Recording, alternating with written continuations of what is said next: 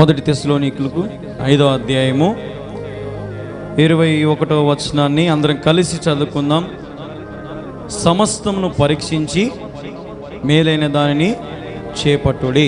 చిన్న ప్రార్థన చేసుకుందాం. మా ప్రియమైన యేసుక్రీస్తు ప్రభువా, నీకు వేలాది వందనాలు స్తోత్రాలు తెలియజేస్తూ ఉన్నాం తండ్రి. ప్రభు, ఇదిగో ఈ సమయంలో నీ సన్నిధిలో చేరి 10 నిమిషాలు నీ మాటలు ధ్యానిస్తూ ఉంటుండగా నిలబడిన దాసుని నీవే మరుగుపరిచి నీ పరిశుద్ధాత్మ శక్తిని కుమ్మరించి నీవే మాట్లాడి బలపరచుమని యేసుక్రీస్తు నామములో ప్రార్థించి స్తుతించి అడిగి వేడుకొనుచున్నాము తండ్రి. ఆమేన్, ఆమేన్. మన అంశం ఏంటంటే మేలైన దానిని చేపట్టాలి. మేలైన దానిని ఏంది మన అంశం ఈరోజు? మేలైన దానిని చేపట్టాలి. హల్లెలూయా. సమస్తమును మళ్ళీ ఒకసారి చదువుకుందాం. సమస్తమును పరీక్షించి మేలైన దానిని చేపట్టుడి. చూడండి, గమనించండి, ఈ లోకంలో చాలా మంచిగా కనపడే చెడ్డవి అనేకమైన విషయాలు, అంశాలు ఉన్నాయి. అయితే వాటిలో ఏది మంచిదో గుర్తించవలసినటువంటి అవసరత మనకెంతో ఉంది. ఏది చెడో ఏది మంచో ఆలోచించి నిర్ణయాలు తీసుకోవాల్సినటువంటి బాధ్యత మన మీద ఉంది. ఈ రోజున మనమందరం కూడా క్రైస్తవులుగా, దేవుని బిడ్డలుగా మనమందరం కూడా ఎంచబడి ఉన్నాం. క్రైస్తవులుగా ఉన్న నీవు నేను, దేవుడు చెప్తున్నాడు సమస్తమును పరీక్షించి ఏం చేయాలంట? మేలైన దానిని చేపట్టాలంట. అంటే దాని అర్థమైంది, సమస్తమును మనం ఏం చేయాలా? పరీక్షించాలా. హల్లెలూయా. ఈ లోకంలో చాలా రకాలైన అంశాలు ఉన్నాయి. చెడు ఉంది, మంచి ఉంది. మనము దేన్ని పాటించాలి? మరి మంచిని మనము పాటించాలి. అదే వాక్యం సెలవిస్తుంది, మనం చదివినట్టుగా పరీక్షించి మేలైన దానిని చేపట్టుకోవాలి. ఈ రోజున మన చేతిలో మేలుకరమైన వాటి ఉన్నాయా లేదంటే హానికరమైన వాటి ఉన్నాయా? ఆలోచన చేద్దాం. ఆలోచన చేయాల మీరే. నా చేతిలో ఈరోజు మేలుకరమైన వాటి ఉన్నాయా లేదంటే దేనికి పనికిరానివి నా చేతిలో ఉన్నాయా అని ఆలోచన చేసుకోవాలి.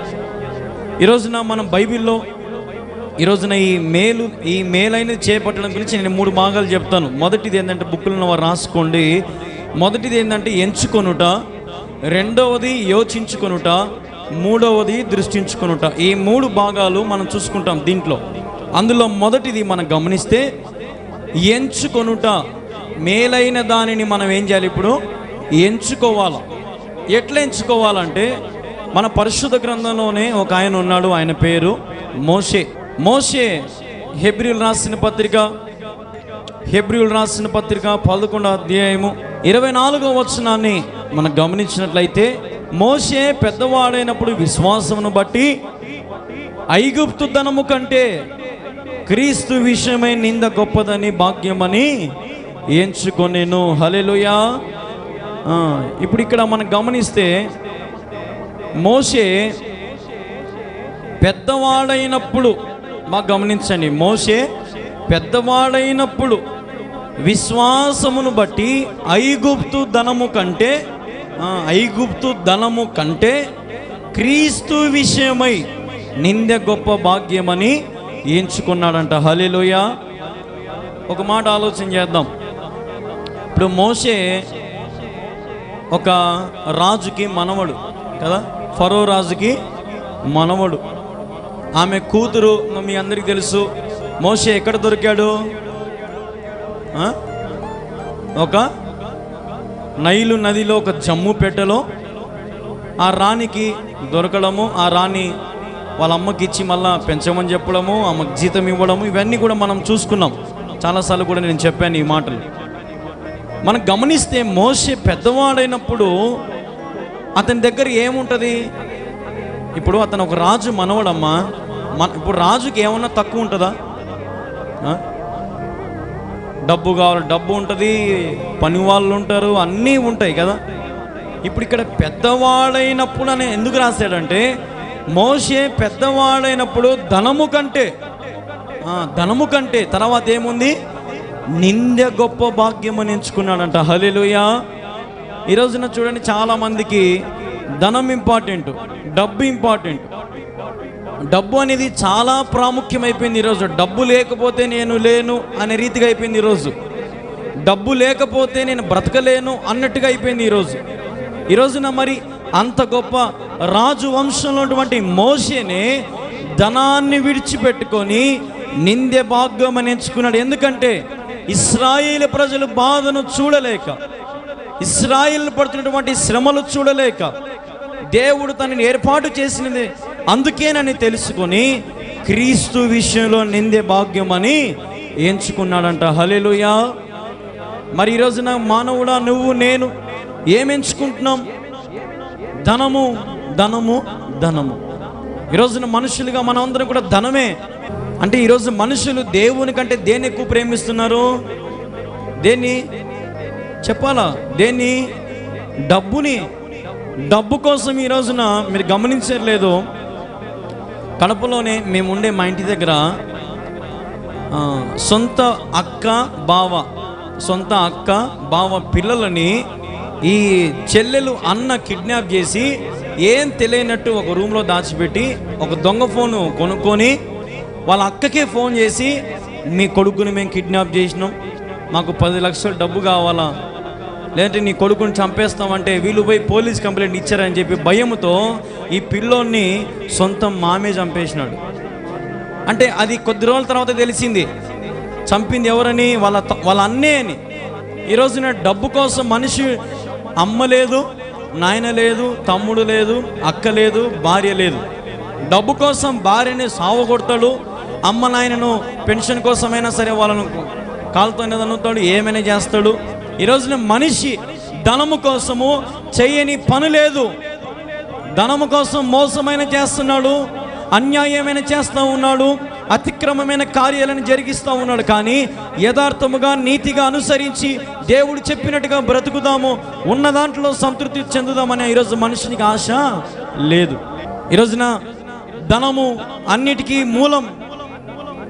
ధనము నమ్ముకుంటే నష్టపోతావు, లోకంలో ఉన్న వాటిని నువ్వు ప్రేమిస్తే నష్టపోతావు. అందుకే దేవుడు అంటున్నాడు, సమస్తమును పరీక్షించి మేలైన దానిని చేపట్టుకోవాలా. హల్లెలూయా. ఏది నీకు మేలు? నీ చుట్టూ డబ్బు ఉంటే అందరూ వస్తారు, అదే నీ దగ్గర డబ్బు లేకపోతే ఎవరైనా వస్తారా? ఎవరు రారు. ఈరోజున మన దగ్గర ఉదాహరణకి మీకు బాగా వాస్తవంగా చెప్పాలంటే మీకు కొన్ని మాటలు చెప్తా, బాగా వినండి. ఇప్పుడు ఉదాహరణకి మీరు ఎవరి దగ్గరైనా 1 లక్ష రూపాయలు అప్పు తెచ్చుకున్నారు అనుకోండి. మీరు ఎవరి దగ్గరైనా 1 లక్ష రూపాయలు అప్పు తెచ్చుకున్నారు అనుకోండి. ఉదాహరణకి వాళ్ళకి ఒక 2 నెలల్లో ఇస్తానమ్మా అని చెప్పింటారు, వడ్డీతో సహాని మొత్తం రాసి ఇచ్చింటాము, మనం ఇస్తామని నమ్మకం మనకుంటుంది. కానీ తీరా 2 నెలలు అయ్యేసరికి అటు పక్కన మనకి ఇవ్వాల్సిన డబ్బు రాదు. ఒక్కొక్కసారి రానప్పుడు వీళ్ళు మన ఇంటి దగ్గరకు వచ్చినప్పుడు మనం ఏం చెప్తామంటే, రేపు నెల, ఇంకొక నెల అని చెప్తాం. వాళ్ళు ఓపిక పడతారు. 3 నెలలు, 4 నెలలు, 5 నెలలు అవుతుంది. తర్వాత నీకు గౌరవం ఇస్తారా? గౌరవం ఇస్తారా? 2 నెలలు చెప్పినావు నువ్వు, 4 నెలలు అయిపోయింది, నా డబ్బు నాకు భారీ, ఆ రోజు తీసుకున్నప్పుడేమో అంత బాగా తీసుకున్నావు, అది ఇది. అప్పుడు మనం ఏమనుకుంటామంటే, నాకు రావాల్సిన డబ్బు వచ్చింటే వీంత అనిపించుకునేవాని కాదు కదా, నాకు రావాల్సిన కష్టపడి సంపాదించి నేను అప్పుని కట్టేసింటే వీంతో నేను అనిపించుకోవాని కాదు కదా అని అనిపిస్తుంది కదమ్మా. అనిపిస్తుంది. కానీ మనుషుల బుద్ధిని దేవుడు మనకు చూపిస్తాడు. 1 నెల 2 నెలలు ఆలస్యమైతే మనుషులు ఒప్పుకోరు. ఈ కాలంలో మనల్ని తమ్ముడైనా, బంధువైనా, అమ్మైనా, నాన్నైనా, ఎవరైనా సరే, నీ చుట్టూన్న వాళ్ళు ఎవరైనా సరే కొద్ది కాలం వరకే నిన్ను ప్రేమిస్తారు. జాగ్రత్త. కొద్ది కాలం వరకే నిన్ను గౌరవిస్తారు.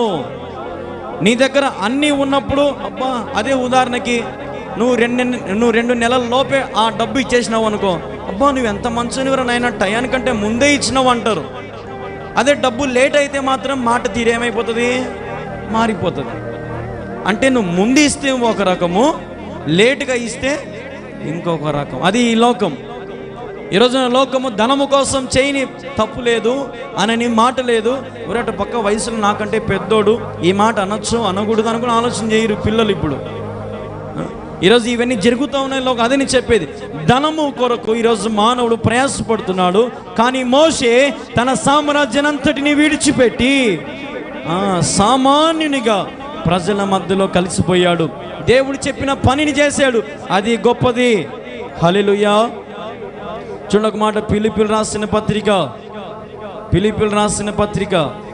3వ అధ్యాయం 7వ వచనం. అయినను ఏవేవి నాకు లాభకరములై ఉండెనో వాటిని క్రీస్తు నిమిత్తము నష్టముగా ఎంచుకొంటిని. హల్లెలూయా. ఇప్పుడు నాకు ఉదాహరణకి 1,00,000 రూపాయలు నెల నెల జీతం వస్తుంది అనుకో. ప్రభా నువ్వు నాకు ఉద్యోగం ఇచ్చినావు, నీకు నెల నెల నేను దశంభాగం ఇస్తావు ప్రభా అంటే ఓకే. పొరపాటున ప్రభు రే కళ్యాణ్ బాబు నీ 1,00,000 రూపాయలు నాకు బేయిరా అంటే నేను వేస్తానా? ఏంది ప్రభా నెలంతా కష్టపడి మొత్తం నువ్వే అడిగితే ఎట్లా, నేను చర్చికైనా రానుపోనని గమ్మున మన కొద్దీ మనం ఇంట్లో ఉంటాం. కానీ ఇక్కడ మోషే అంటున్నాడు, నాకు ఏవేవైతే లాభకరములై ఉన్నవో ప్రభువైన యేసు క్రీస్తుని గూర్చి క్రీస్తు నిమిత్తము నష్టముగా ఎంచుకుంటానన్నాడు. హల్లెలూయా. అంటే తనకి ఇప్పుడు కావాల్సింది లాభాలు కాదు, దేవుణ్ణి సంతోషపెట్టాలా, దేవుని నామాన్ని ఘనపరచాలా, దేవుడు అడిగినది దేవునికి చెల్లించాలా అనే ఆశలో మోషే ఉన్నాడు. ఈరోజున మనిషి లాభాల కోసం ప్రయాసపడుతున్నాడు, లాభాల కోసం ఉన్నత స్థితికి వెళ్ళాలని ఆశపడుతున్నాడు, లాభాల కోసం ఇంటిని మర్చిపోయాడు, గుడిని మర్చిపోయాడు, మందిరాన్ని మర్చిపోయాడు, పిల్లల్ని మర్చిపోయాడు. ఈరోజున మానవుడు అంతస్తులు ఎక్కుతున్నాడు కానీ ప్రేమలో దేవునిలో మాత్రం ఎక్కడో మూలన పడిపోయాడు. ఈరోజున ధనమును ప్రేమించిన వారిని మనం చూస్తే, మీరు గమనించారు లేదో, ధనవంతులు మీ ఒక మాట అడిగిన, ఏమైనా నువ్వు బాగా నిద్రపోతున్నావు అని అడగండి, ఏమంటాడంటే నాకు ఏడ నిద్ర వస్తుంది నాయన, ఏ రోజున వచ్చి ఏ దొంగలు పడతాడో ఏమో, ఏ రోజున నా కంపెనీ మూసుకుపోతుందో ఏమో, ఏ రోజున నేను పెట్టిన పెట్టుబడులు నాశనం అవుతాయో ఏమో అని రాత్రి పగులు మన గుండె లబడబా కొట్టుకుంటానే ఉంటుంది. మనశ్శాంతి ఉంటుందా డబ్బున్నోనికి? అదే మనం ఉన్న దాంట్లో సంతృప్తి పడి ఉన్న దాంట్లో సంతోషంగా ఉంటే పచ్చికారం అన్నం తిన్నా కూడా మనకు ప్రశాంతంగా నిద్రపోవచ్చు. హల్లెలూయా. మోసం చేసుకొచ్చి తినే సొమ్ము మనకి ఏదో ఒక రోజున మనకి ఏం కలిగిస్తుంది అంటే ముప్పు కలిగిస్తుంది. కొంతమంది చూడండి, అప్పులు అన్నీ తెచ్చుకొని ఇంట్లో అన్ని సామాన్లు అన్నీ పెట్టుకుంటారు. వారింట్లో ఫ్రిడ్జ్ ఉందని మా ఇంట్లో ఫ్రిడ్జ్ ఉండాలా, వాళ్ళ ఇంట్లో ఏసీ ఉందని మా ఇంట్లో ఏసీ ఉండాలా, వాళ్ళ ఇంట్లో స్టవ్ ఉంది మా ఇంట్లో, అన్నీ కంతులు కంతులు కంతులు కంతులు కంతులు అన్నీ కంతులే. వారమా పొద్దు వచ్చేకల్లా మనం బయటికి తాళం వేసుకొని ఇంట్లో ఉంటాం, అంతే కదా. అవసరాలు మానవుడు ఏంటంటే ఈ రోజున ఈ శరీరీ ఇచ్చల కొరకు, ఈ పైన ఆకర్షణల కొరకు లోకంలో విలువ తగ్గించుకుంటున్నావు, లోకంలో నీ మీద ఉన్నటువంటి గౌరవాన్ని తగ్గించుకుంటున్నావు. హల్లెలూయా. నేను చెప్పింది వాస్తవం కదమ్మా. నేను లేనని చెప్పిపోయే అతనికి అంటాడు కదా, ఇంట్లో పొరపాటున అతని ఇంట్లోకి వచ్చాడనుకో, మంచం కింద పోయి దాక్కుంటాడు గబుక్కిన, లేదంటే వాకిలి సట్న పోయి దాక్కుంటాడు. అంటే అప్పు చేసి పప్పుకూడు. ఈరోజున మనిషి ధనము కోసం ప్రయాసపడుతున్నాడు. అందుకంటే ఇప్పుడు ఎవరికి అడిగిన పోయి మీరే ఒరే నా దగ్గర 1,00,000 రూపాయలు నీకు ఏమంటావా అంటే టక్కున తే అంటాడు, కానీ నాకు వద్దన్నాడు. ఎవడైనా సరే మీరు పోయి అడగండి, 1,00,000 రూపాయలు నీకు ఇస్తా తీసుకుంటావా అంటే తే అంటాడు, కానీ నాకు అవసరం లేదు నా డబ్బు, నాకేం వద్దు అని అంటాడు. ఎవడన్నా ఆడు 1,00,000 రూపాయలు రాగానే పోనీ దాన్ని ఏమన్నా సంపాదిస్తాడా? రాత్రికే అదంతా అరగబెట్టింటాడు. ఆ ఫ్రిడ్జ్ కొని, లేదంటే ఏదన్నా అవి ఇవి కొని, టీవీలు కొని, బండ్లు కొని, కార్లు కొని, బంగారు కొని, అవి చేసి ఇవి చేసి సాయంత్రానికి ఏమైపోయింటుందంటే ఆ 1,00,000 రూపాయలు అయిపోయింటుంది. అయిపోయినాక మళ్ళా సినిమా ఏంది, నెల వచ్చేసరికి ఏం కట్టాలా? వడ్డీ కట్టాలా, డబ్బు కట్టాలా. అప్పుడు చేతిలో డబ్బు ఉండదు. అప్పుడు ఇంట్లో పొరపాటున కొడుకు బండి అడిగినాడు అనుకో, వాని మీద చూపిస్తాను, ఆ పొద్దు బండి వద్దురా అంటే వినకపోతుంది, బండి కొనుక్కున్నావు వచ్చిన అప్పుతో, ఈ పొద్దు కట్టలేకపో, ఆ బండి అమ్మి రాపో వచ్చి అప్పున్న కట్టాల. అప్పుడు ఊర్లో ఏమవుతుంది, మనకు బండి అమ్ముతావు బాగానే ఉంది, బంగారం అమ్ముతావు బాగుంది, అప్పుడు ఏమవుతుంది అంటే ఓరని అప్పు చేసి వేసుకున్నారా ఇల్లు, అప్పు చేసి కొనుక్కున్నారు ఇల్లు. 1,00,000 వడ్డీ అవుతుంది తెలుసా మీకు? మనం లేట్ చేసే కొద్దీ ఏమవుతుంది, 1,00,000 పెరిగిపోతూ ఉంటాయి. అప్పులకు అప్పులు. ఈ రోజున మనిషి జీవితం అంతే. ఈ రోజున నువ్వు సంపాదించదంతా ఎక్కడ పోతుందంటే నీ అలవాట్లకు, నీ ఇచ్చలకు, నీ కోరికలకు పోగొట్టుకుంటున్నావు. అందుకే మోషే అంటే నాకు లాభకరమైన వాటన్నిటినీ క్రీస్తు నిమిత్తము నేను నష్టముగా ఎంచుకుంటుని. హల్లెలూయా. లాభాలు ఉన్నాయి మోషే దగ్గర, కానీ నాకు లాభాలు వద్దు, ఉన్న దాంట్లో నేను యేసయ్యతో ఉంటా. హల్లెలూయా. యేసయ్యతో ఉండండి. యేసయ్య బీదలను లేపేవాడు ఆయన. పెంట కుప్పలలోంచి ఆయన మనల్ని పైకి లేవనెత్తువాడు ఆయన.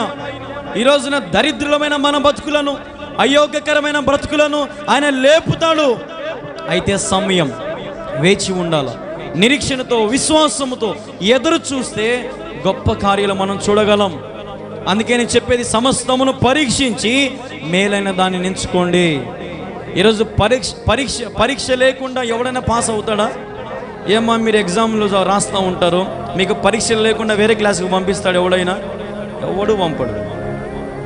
మీకు మార్కులు వస్తే పాస్ అయితే వేరే క్లాసులోకి, ఫెయిల్ అయితే మళ్ళీ అదే చదవాల్సిందే. బా నాకంటే వెనకాల చిన్నపిల్లలు వాళ్ళతో పాటు నేను కూర్చోవాలంటే అవుతుందా? కాదు. అప్పుడు సార్ ఏమంటాడు, అందుకే ఆ రోజు నేను కష్టపడి చదువుకోమనే కదరా, చదువుకోకుండా నువ్వు ఇల్లమ్మని తిరిగి బేకారగా తిరిగినావు, అందుకు నువ్వు ఫెయిల్ అయినావు, మళ్ళీ ఆడ కూర్చోవాలి. ఇప్పుడు నువ్వు వెనకాలనే కూర్చోవాలా? అదే నువ్వు అప్పుడు కష్టపడి చదివింటే ముందుకు పోయేవానివి. హల్లెలూయా. ఈ రోజున మనిషికి సోమరితనం. ఈ రోజున ఇక్కడ మోషే ఎంచుకుంటున్నాడు, ఆ రీతిగా నువ్వు కూడా ఎంచుకో. ఏది మంచిదో, ఏది చెడ్డదైనదో అది తెలుసుకో. చేయాల్సిందేదో, చేయకూడదేదో తెలుసుకో. ఆలోచించి నిర్ణయాలు తీసుకో. కొంతమంది ఆలోచన ఉండదు, టక్కునంతే స్పీడ్ అన్ని నిర్ణయాలన్నీ స్పీడ్, ఒక ఆలోచన ఉండదు. ఓ నాయనా, ఆ పొద్దు తెలుసో తెలియక టక్కున పెళ్లి చేసినా ఈ పొద్దు నా కూతురు శ్రమలు అనుభవించింది నాయన. టక్కుని ఎవడు చేయమన్నాడు నిన్ను? ప్రార్థన చేసుకోవచ్చు కదా. దైవ సేవకుల దగ్గర ఒక మాట చెప్పి ప్రార్థన చేసుకొని తొందరపాటు నిర్ణయాలు లేకుండా ఆలోచన చేసి నిదానమైన నిర్ణయాలు తీసుకుంటే ఎంత బాగుంటుంది. ఈ రోజున చాలామంది ఇన్స్టెంట్ నిర్ణయాలు తీసుకుంటారు, అప్పటికప్పుడు ఆలోచనలు. కాబట్టి ప్రియ దేవుని బిడ్డారా, ఏది మంచిదో ఆలోచన చేసి నిర్ణయం తీసుకో. ధనం వస్తుందో లేదో అవన్నీ మనకు అవసరం లేదు. ఏది ముఖ్యమైనదో ఎంచుకోండి. డబ్బు, కులము, మతము, జాతి, వర్ణము, భేదము, రంగు ఏది ఇంపార్టెంట్ కాదు మనకు. దేవునికి మనం అందరం ఇష్టమే. తెల్లోడన్నా ఇష్టమే, నల్లోడన్నా దేవునికి ఇష్టమే, పొట్టోళ్ళన్నా దేవునికి ఇష్టమే, పొడుగోళ్ళన్నా దేవునికి ఏ భేదం లేదు. మనుషుల మనమే వాళ్ళ కూతురు నల్లగా ఉంటుంది అబ్బా అంటాం మనం, కానీ దేవుడు నల్లగా తెల్లగా ఏం పట్టించుకోడు. దేవునికి కావాల్సింది ఏంది? మన హృదయం. హల్లెలూయా. మన హృదయము ఆయనకు ఆలయమై ఉండాలా.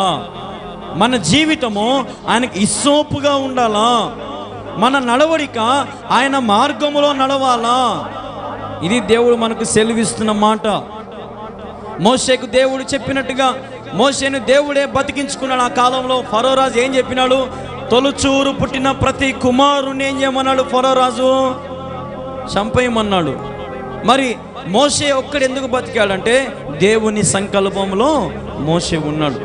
ఈరోజు నీ మీద కూడా దేవునికి సంకల్పం ఉంది. నీ మీద కూడా దేవునికి ఒక యోచన ఉంది, ఒక ఆలోచన ఉంది, ఒక తలంపు ఉంది.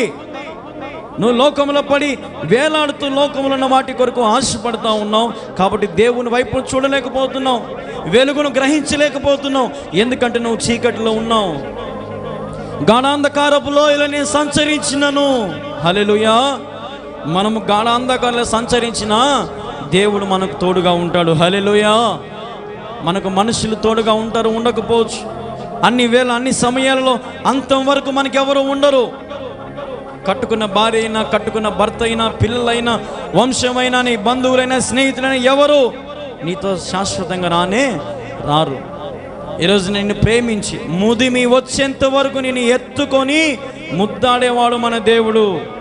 హల్లెలూయా. మరి నీకు ఇప్పుడు ధనం కావాలా, యేసయ్య కావాలా? ధనము నిన్ను ముద్దు పెట్టుకుంటుంది. అసలు ఆలోచన చెయ్యి. ధనమే మనల్ని ఒక ఆట ఆడిస్తుంది, కానీ ధనము మనల్ని ముద్దు పెట్టుకుంటుందా? పోనీ నీ కులము నిన్ను ముద్దు పెట్టుకుంటుందా? పోనీ నీ మతము, నీ జాతి, నీ వర్ణ, నీ రంగు ఏవి నిన్ను ప్రేమిస్తాయి? ఏవి నిన్ను ప్రేమించవు, ఏవి కూడా నిన్ను లక్ష్య పెట్టవు.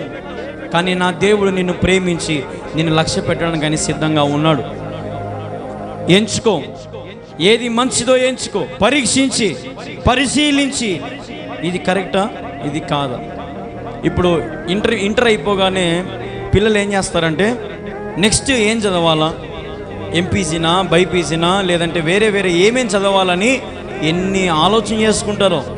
లాస్ట్కి వాళ్ళ అమ్మ నాయన వచ్చి మా ఇది చదువుతానమ్మా నేనంటే అప్పుడు అమ్మ నాయన ఏమంటారు, సరే అమ్మా నువ్వు చదవగలుగుతావంటేనే చదువు, లేదంటే ఏదైనా ఆలోచన చేసుకో, వాళ్ళని నేను అడుగు, పెద్దవాళ్ళని అడుగు, ఏది మంచిదో చెప్తారు.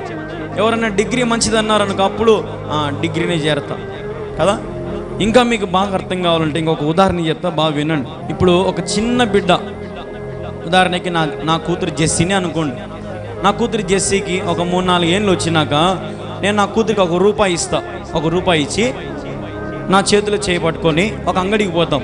బాగా వినండి. అంగడికి పోయినప్పుడు ఆడ నాకు కావలసిన వస్తువులన్నీ నేను తీసుకుంటా. నా కూతురికి ₹1 ఇచ్చి ఏమేం చేసి నీకేం కావాలో కొనుక్కోయే అంటా నేను, అంతే కదా. ఏం కావాలో నీకు కొనుక్కోమ్మా అన్నప్పుడు మా జెస్సీ ఏం చేస్తుందంటే, ఉదాహరణకి నేను చెప్తున్నా, అద్దాలలో అన్నీ చూస్తూ ఉంటుంది. చూస్తుందా తక్కువ నాకు అది అంటారా ఎవరైనా పిల్లలు? అనరు. అద్దాలలో పైన అంత దిక్కుచూపులు చూసి ఫస్ట్ ఇది తీసుకోవాలనుకుంటాడు. అంకుల్ నాకు ఇది అంకుల్ అని అంట. తర్వాత అంకుల్ వద్దు ఇది కావాలి, అంకుల్ వద్దు ఇది కావాలి. అప్పుడు నాకు కోపం వచ్చి ఏమేం చేసి ఎంతసేపు తొందరగా తీసుకో అన్నాను అనుకో. అప్పుడు ఏమంటదంటే నాయనా నువ్వు నాకు ఇచ్చింది ₹1, ఆ ₹1కి నాకు నచ్చింది తీసుకోవాలి కదా, ఉండు అంటదా అనదా? మరి మన జీవితం కూడా ఒకటే. ఆలోచించి నిర్ణయం తీసుకో. తొందరపడి ఏది పడితే తీసుకున్నావు అనుకో, అబ్బా ఇది అనవసరంగా తిన్నానే, కుళ్ళిపోయింది, ఇది బాగలేదే, ఈ చాక్లెట్ వాసన వస్తుంది, ఆ చాక్లెట్ తీసుకున్నట్టే బల్ల ఉండే అనిపిస్తుందా అనిపించదా? ఏమ్మా ఎందుకు అనిపించదు? కాబట్టి నిర్ణయం అనేది చాలా ఇంపార్టెంట్. ఒక నిర్ణయం అనేది, ఒక ఆలోచన అనేది ఈరోజు క్రైస్తవులుగా మనకు చాలా ఇంపార్టెంట్. దేవుని బిడ్డలారా, దేవుని సంగమా, ఈరోజు దేవుడు చెప్తున్నాడు, యోచించి తెలుసుకొని పరీక్షించి పరిశీలించి ఎంచుకో. ఏది నీకు మేలో ఏది నీకు కీడో దాన్ని త్రోసివేయి. ఆలోచించి మోసపోకుండా దేవుని రెక్కల చాటును భద్రపరచబడుతూ మేలైన వాటిని చేపట్టుకో, ఉన్నతమైన వాటిని ఎంచుకో. అది దేవుడు మనకు సెలవిస్తున్నటువంటి మాట. తర్వాత రెండవది మేలైనది యోచించుకొనుట గురించి కూడా కొన్ని మాటలు మనం చూద్దాం. హెబ్రీయులకు రాసిన పత్రిక 11వ అధ్యాయం 25వ వచనం, అల్పకాలము పాపభోగం అనుభవించుట కంటే దేవుని ప్రజలతో శ్రమ అనుభవించుట మేలని యోచించి. హల్లెలూయా. ఏందంటే ఆయన అల్పకాల పాపభోగం అనుభవించుట కంటే, మళ్ళీ ఇక్కడేంది ఇప్పుడు కంటే దేవుని ప్రజలతో శ్రమ అనుభవించుట మేలని యోచించి. హల్లెలూయా. యోచించుకొనుట. ఈ రోజున అల్పకాల పాపభోగం ఎక్కడ దొరుకుతుందమ్మా? మీకు ఇంకా లోతుగా మీకు తీసుకెళ్తే, ధనవంతుడైన లాజరు, అతని ఇంటి ఎదురుగా ఎవరున్నారు? ఒక దరిద్రుడు. ఈ ధనవంతుని దగ్గర ఏముంది? డబ్బు ఉంది, స్నేహితులు ఉన్నారు, త్రాగుతూ ఉన్నాడు, తింటా ఉన్నాడు, ఎంజాయ్గా ఉన్నాడు. ఎవరు? ఈ ధనవంతుడు. ఈ ధనవంతుని వాకిలి ఎదురుగానే అతనికి, ఆ పేదవానికి కురుపులు గట్టి నీసు గారిపోతూ ఉంది, తినడానికి ఆహారం లేదు, పేదవాడు, దరిద్రుడు, ఒక పని చేసుకోవడానికి యోగ్యత లేదు. కానీ ఒక్క రోజున పోయి ఒక అన్నం తిన్నావారా? ఏదో నా దగ్గర ఇంత డబ్బు ఉంది, ఒక 10,000 తీసుకొని పోయి హాస్పిటల్ చూపించుకోపోరా అని అన్నాడా? అనలే. ఒకానొక రోజున ఇద్దరికి మరణం వచ్చినప్పుడు పేదవాడేమో అబ్రహాము కౌగిట్లో ఉన్నాడు, మధ్యలో అగాధం ఉంది, ఇటుపక్క నరకములు ఎవరున్నారు? ఇప్పుడు ధనవంతుడైన లాజరు ఉన్నాడు. అప్పుడు ధనవంతుడు అంటాడు, నీకేమన్నా మైండ్ ఏమన్నా పని చేయలేదా? నేను ధనవంతుణ్ణి, నేను కదా ఆడు ఉండాల్సింది, వాడేంది పేదవాడిని సంకలో పెట్టుకొని ఉన్నావు, వాడిని తీసి, వానికి ఎంత గలీజు, వాడు ఎంతో గలీజ్ అని వాడిని అబ్రహాముని అంటా ఉన్నాడు ఈ ధనవంతుడు. అంటే అప్పుడు అబ్రహాం అంటాడు, ఒరే తిక్కోడా, నీ ఇంటి ముందర వాడు ఎన్నిసార్లు ఉన్నాడు, వానికి ఒక్క రోజునే సాయం చేసినావా? నువ్వు అల్పకాల పాపభోగము చేత పాపాలు, భోగాలు, వ్యసనాలతో ఒక్క రోజున వాడిని పట్టించుకున్నావా? అందుకే నీకు ఈ శిక్ష. ఇతను ఉన్న దాంట్లో మంచిగా ప్రార్థనాపూర్వకంగా యథార్థంగా ఉన్నాడు, అందుకే ఇతనికి నా రాజ్యం, నా దేవుని రాజ్యం దొరికింది అని అన్నప్పుడు అప్పుడు ఈ ధనవంతుడు ఏమంటాడు? సరేలే, నేను పడితే నరకంలో కనీసం నా 5 మంది తమ్ముళ్ళనన్నా కాపాడు. ఎంతమంది తమ్ముళ్ళనంట? నా 5 మంది తమ్ముళ్ళన్నా కాపాడు అంటే అప్పుడు అబ్రాహాము అన్నాడు, నా చేతుల్లో ఏం లేదు, ఆల్రెడీ మోషే ప్రవక్త భూమి మీద ఉన్నాడు. మోషే ప్రవక్త ప్రవచిస్తే వారు నమ్మితే, రక్షణ సువార్త మాటలు నమ్మితే పరలోకానికి వస్తారు, లేకపోతే రారు. ఈరోజున ధనమును ప్రేమించాడు, పాపభోగమును ప్రేమించాడు, డబ్బు ఉందని గర్వంతో విర్రవీగాడు, అహంకారంతో ఉన్నాడు. కానీ ఏం పొందుకున్నాడంటే నరకాన్ని పొందుకున్నాడు. కానీ పేదవాడు కురుపులతో ఉన్నాడు, దరిద్రుడు, వ్యాధిగ్రస్తుడు, కానీ అతనికి ఏమొచ్చింది? పరలోక రాజ్యంలో అవకాశం దొరికింది. నేను చెప్పేది అదే ప్రియా దేవుని బిడ్డలారా, ఈరోజున మనమందరం కూడా తెలుసుకోవాలి సత్యం అదే. నువ్వు యోచించి తెలుసుకోవాలి. అల్పకాల పాపభోగం కొరకు ప్రయాసపడుతున్నావా, లేదంటే దేవుని ప్రజలతో అనుభవించడం మేలని తెలుసుకుంటున్నావా? ఆలోచన చేయి. ఈరోజు ఇక్కడ మనం అందరం దేవుని ప్రజలమే. లోకంలో ఉన్నదంతా కూడా పాపమే. లోకంలో ఉన్న వాటన్నీ కూడా మనం గమనిస్తే పాప భోగాలే. ఈరోజున పాపానికి వాయా వరుసలు ఉన్నాయా? లేవు. ఈరోజున లోకంలో ఉన్నవన్నీ కూడా శ్రమలే. లోకంలో వాటన్నిటిని కూడా ఈరోజు మానవుడు ప్రేమిస్తున్నాడు. లోకంలో వాటన్నిటి కొరకు మానవుడు ప్రయాసపడుతున్నాడు. నేను చెప్తున్నాను అదే, ఏది యోచించో తెలుసుకో, ఏది మంచిదో తెలుసుకో, దాని వైపు నిలబడు.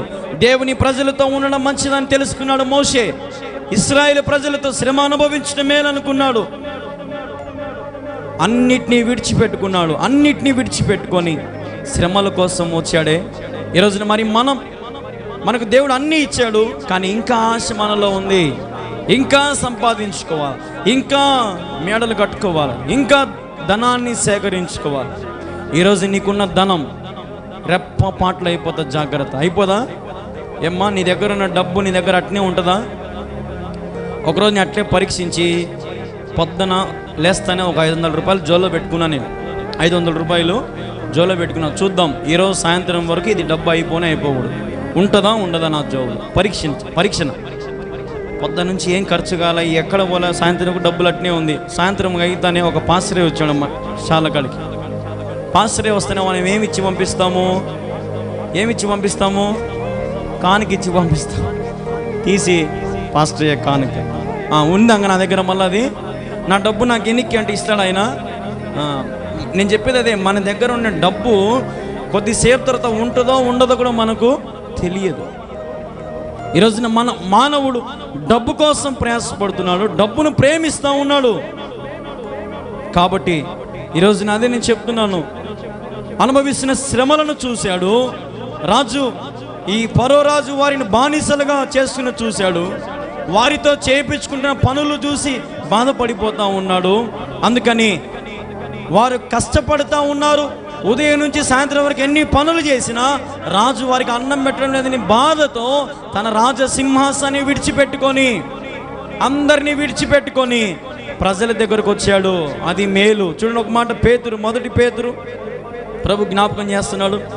మొదటి పేతురు 5వ అధ్యాయం 10వ వచనం చదువుమందరం. తన నిత్య మహిమకు క్రీస్తునందు మిమ్మును పిలిచి సర్వకృపానిధియగు దేవుడు కొంచెము కాలము మీరు శ్రమపడిన పిమ్మట తానే మిమ్ములను ఏం చేస్తానంటున్నా?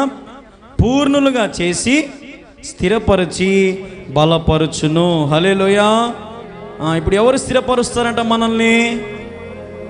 ఎవరు? అది ఎలా స్థిరపరుస్తారంట? మళ్ళీ ఒకసారి చదవన్నమాట, గట్టి చదవనమ్మా ఎవరైనా.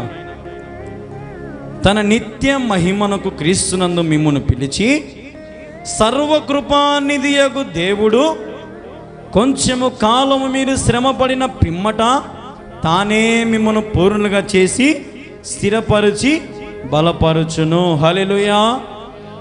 ఇప్పుడు శ్రమలు ఎంతకాలం అంట? శ్రమలు ఎంతకాలం అని ఉందా? కొంచెము కాలము మీరు శ్రమపడి ఎంతకాలం అంట? కొంచెము కాలము. హల్లెలూయా. కొంచెము కాలమే, మనకు శ్రమలు కొద్ది కాలమే, కానీ తర్వాత పిమ్మట తర్వాత ఏముంది, తానే మనలను పూర్ణులుగా చేసి స్థిరపరచి బలపరచును. హల్లెలూయా. ఇప్పుడు శ్రమలు కొద్ది కాలమేనంట. తర్వాత ఇప్పుడు సంపూర్ణంగా ఎవరు వచ్చి చేస్తారంట మనల్ని? దేవుడే. ఈరోజున మానవుడు శ్రమలను చూసి, ఈ నిందలు చూసి, కష్టాలు చూసి, నేను చచ్చిపోతాను ఆయన, నా వల్లగా నేను ఆత్మహత్య చేసుకున్నాను, మన పురుగుల మందు తాగి చచ్చిపోయాను, నాకు అప్పులు ఎక్కువైపోయినాయి, నాకు శ్రమలు ఎక్కువైపోయినాయి, నాకు ఇవన్నీ వద్దు నాయను అని ఈరోజు చిన్న చిన్న శ్రమలకి ఈరోజు మానవుడు ఏమైపోతున్నాడు? చచ్చిపోతూ ఉన్నాడు. ఇటీవల కాలంలోనే ఇద్దరు ప్రేమించుకున్నారంట యవనస్తులు. ఇంట్లో తల్లిదండ్రులు ఒప్పుకోలేదని చెప్పి రైలు కింద పోయి పడి చచ్చినారంట. ఎవరికి ఇప్పుడు బాధ? వాళ్ళకి ఏం బాధ? ఉంచే కళ్ళు మూసుకుంటారు, రైలు కింద పడి చచ్చిపోతారు, అయిపోయి వాళ్ళకేం కాదు. కానీ బాధపడేది ఎవరు? ఎంతమంది తల్లిదండ్రులు? ఇటు వీళ్ళ తల్లిదండ్రులు ఆ బాడీని చూడలేక అది నలిగిపోయి ఉంటుంది. ఎంత శ్రమలు పడి ఉంటారు ఆ తల్లిదండ్రులు. వేదన వాటం పడితే ఆ తల్లిదండ్రుల గుండె కూడా ఆగిపోయినా కూడా మనము ఆశ్చర్యపడడం అవసరం లే. ఈరోజు మరి పరిస్థితులు అట్లా ఉన్నాయి. ఈరోజు మానవుడు, నేను చెప్పేది అదే మీకు, శ్రమలను చూసి ఓర్చుకోలేకపోతున్నాడు, తెలుసుకోలేకపోతున్నాడు.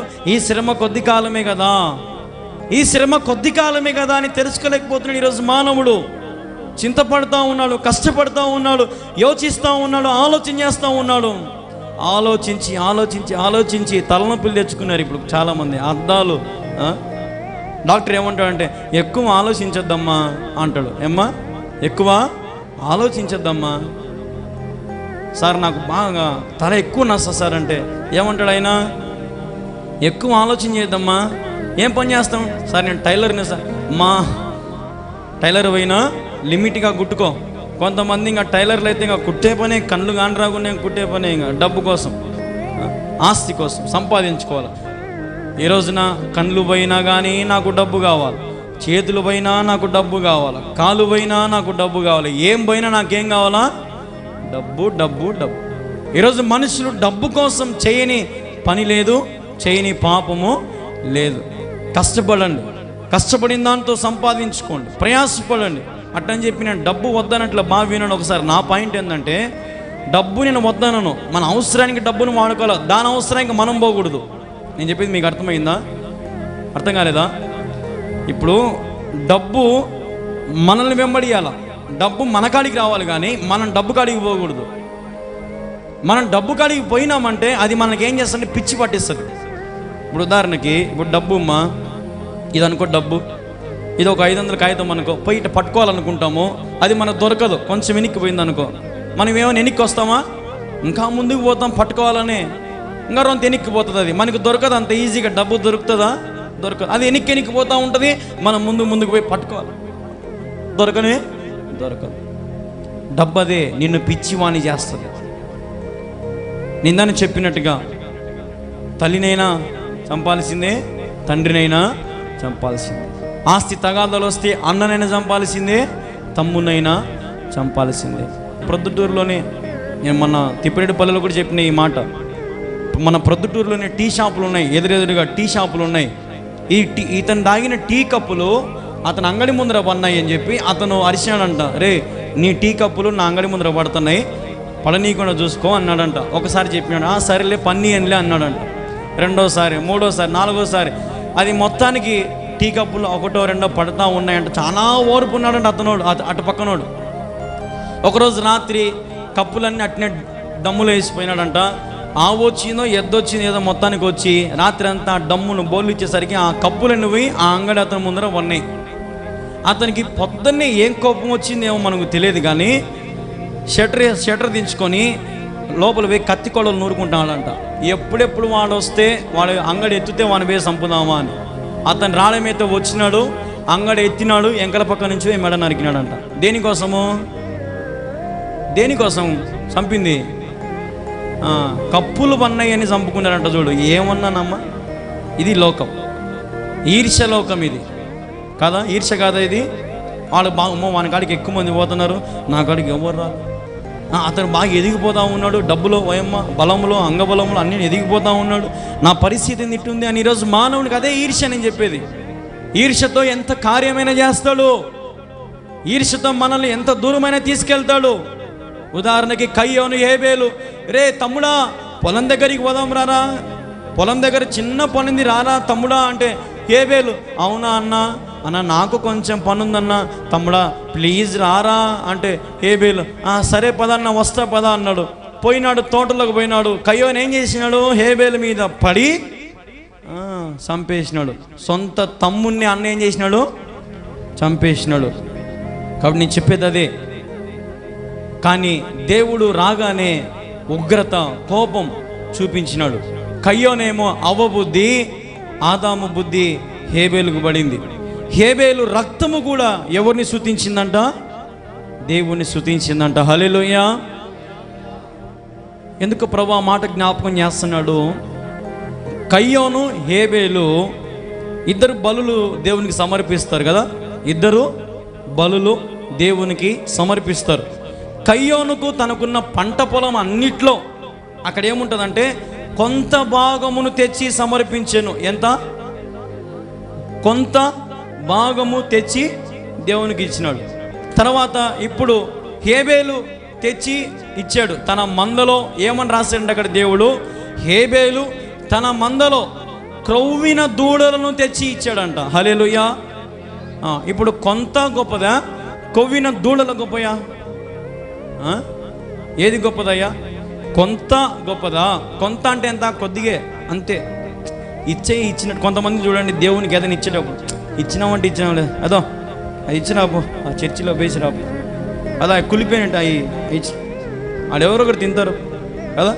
మనం దేవుని కొంతమంది ఆలోచన ఉంటుంది, దేవుడు తింటున్నాడా ఏమన్నా, దేవుడు తీసుకుంటున్నాడా ఏమన్నా, అది బేయిపో ఏదో ఒకటి బేసి రాపో అంటే కయ్యోను బుద్ధి అది.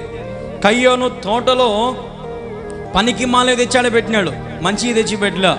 కానీ హేబేలు తన మందలో ఏ మచ్చ లేకుండా, ఎటువంటి లోపము లేకుండా, గుడ్డిది కానీ కుంటిది కానీ తెచ్చిపెట్టలే. హేబేలు క్రొవ్విన దూడలను తెచ్చి సమర్పించాడంట. హల్లెలూయా. ఇది దేవుడు మనకు నేర్పించే పాఠం. ఈరోజున ధనము నమ్ముకునే నీవు, ప్రేమించిన నీవు, లోకంలో వాటిని ప్రేమించి నీవు ఇటువంటి అర్పణలు ఇవ్వగలుగుతావా? ఇవ్వలేవు. ఈరోజు నువ్వు లోకాన్ని విడిచిపెట్టు, లోకంలో వాటన్నిటిని కూడా హేయంగా ఎంచుకో, అన్నీ కూడా పక్కన పెట్టే లోకం అంతటిని. అప్పుడు నువ్వు ఖచ్చితంగా హేబేలు లాగను బలిని, హేబేలు లాగను దేవునికి ముందుండి చేయగలవు. అందుకే నేను చెప్పేది, ఏది మేలైనదో పరీక్షించి చేపట్టండి. హల్లెలూయా. మేలుది మన చేతిలో ఉండాల. ఇప్పుడు హేబేలు కోసం దేవుడే దిగొచ్చి, ఒరే నా బిడ్డను సంపితికి వదరా కయ్యోను అని బాధపడినాడంటే ఎంత ప్రేమ హేబేలు మీద దేవునికి. ఆలోచన చేయాలి. ఈరోజున యోచించి తెలుసుకోవాలి, యోచించి పరీక్షించి పరిశీలించి మనం మంచిదేదో మేలైందేదో మన చేత పట్టుకొని ప్రభువును స్తుతించాలి. తర్వాత మూడవ చూడండి, మేలైనది దృష్టించుకొనుట. మూడోది ఏంది? మేలైనది దృష్టించుకొనుట. హెబ్రీయులకు రాసిన పత్రిక 11వ అధ్యాయం 26, 11-26 ఫరో కుమార్తె యొక్క కుమారులని అనిపించుకొనుటకు ఒప్పుకొనలేదు. హల్లెలూయా. తర్వాత ఏముంది? ఏలయనగా అతడు ప్రతిఫలముగా కలగబోవు బహుమానమందు దృష్టి ఉంచాడంట. హల్లెలూయా. దేని మీద దృష్టి పెట్టుకోవాలా మనము?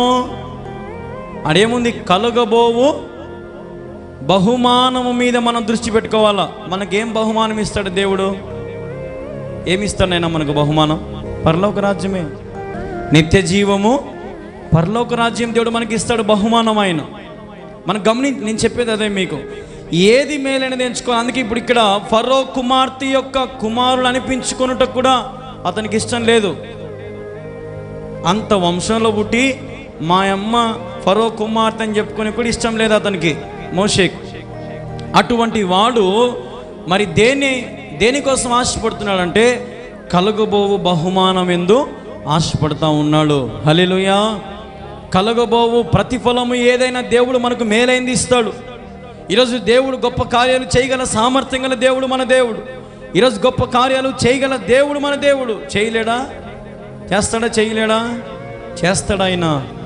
ఈరోజు ఆయన సంపూర్ణ విశ్వాసం విధేయత మనం చూపించగలిగితే దేవుడు అన్ని నామముల కంటే పైనామం గలవాడు, ఆ సర్వశక్తిమంతుడు మనకు కూడా గొప్ప బహుమానాలు దయచేయునుగాక.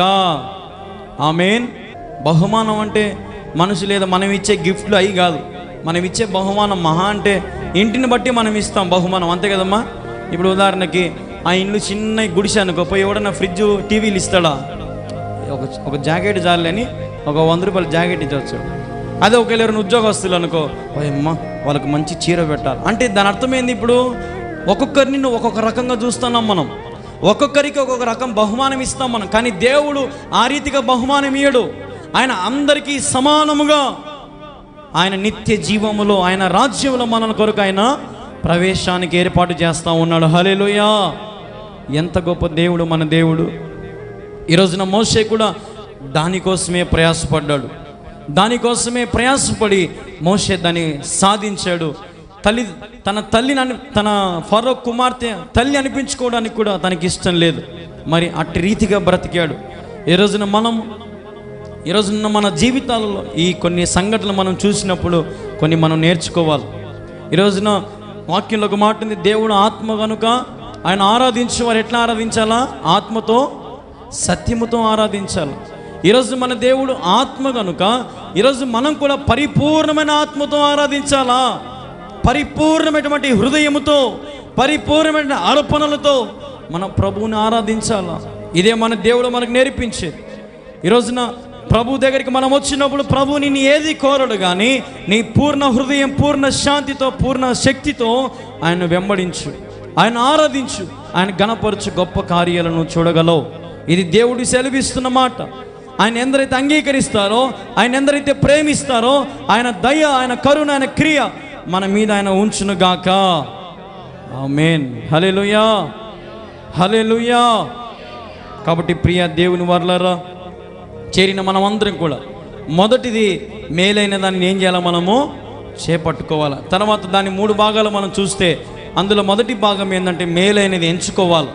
రెండవది మేలైనది యోచించుకోవాలి. మూడవది మేలైనది దృష్టి పెట్టుకోవాలి. మన దృష్టి దేని మీద ఉంది? డబ్బు మీద ఉందా? లేదంటే బంధాల మీద ఉందా? బంధుత్వాల మీద ఉందా? దేని మీద ఉంది మన దృష్టి? మన కన్ను దృష్టి దేని మీద ఉంది? పైన వాటిని మీరు వెతకండి అనే వాక్యంలో ఉంది కదా. ఏదాన్ని వెతకాలనేది మరి మనం ఏం వెతుకుతా ఉన్నాం? అంతా నేల సూపులే, అంతా నేలే.